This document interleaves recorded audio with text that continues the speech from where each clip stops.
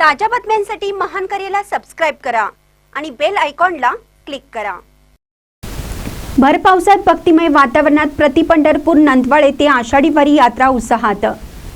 मुखी विठुनामाचा गजर, हाती भगवी पताका, टाळ मृदुंगाच्या गजरात लाखो भाविकांनी प्रति पंढरपूर नंदवाळ तालुका करवीर येथे आषाढी एकादशी विठू माऊलीची यात्रा चैतन्यमय वातावरणात संपन्न झाली।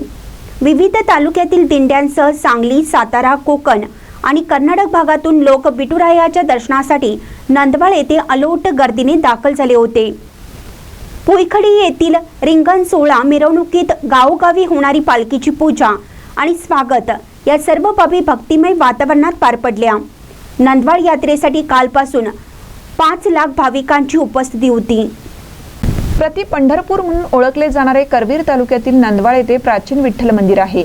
येथे प्रतिवर्षी आषाढी एकादशीला मोठी यात्रा भरते। आपल्या लाडक्या विठुरायाच्या दर्शनासाठी काल सायंकाळपासून नंदवाळ येथे कोल्हापूर, कोकण, कर्नाटक भागातून भाविक येत होते।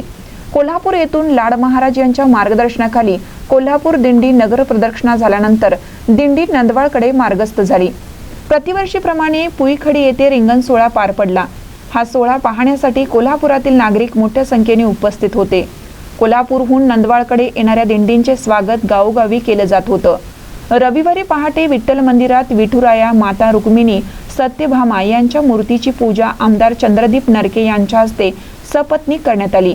यावेळी विश्वस्त फाटक, करवीर तहसीलदार स्वप्नील रावडे, सरपंच अमर कुंभार, विनायक उल्पे, शंकरराव शेळके आदी मान्यवरांसह स्थानिक देवस्थान समितीचे सर्व सदस्य उपस्थित होते। पहाटेच्या पूजेनंतर काकड आरती करण्यात आली आणि मंदिरात भाविकांना प्रवेश देण्यात आला। नंदवाळ ग्रामस्थांनी या तीर्थक्षेत्राला अ वर्ग दर्जा देण्यात यावा अशी मागणी आमदार चंद्रदीप नरके यांच्याकडे केली। महानकर न्यूजसाठी तानाजी पोवार, कोथळी, करवीर।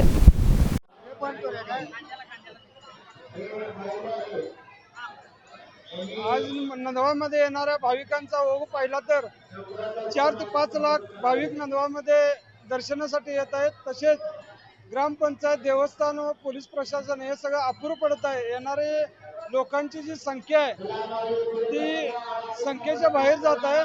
तरी लोकप्रतिनिधी व कलेक्टर साहेब व राज्य शासनाने यामध्ये भाग घेऊन पार्किंगची सुविधा सर्व नियोजन व्यवस्थित करण्यासाठी लक्ष घालण्याची गरज आहे।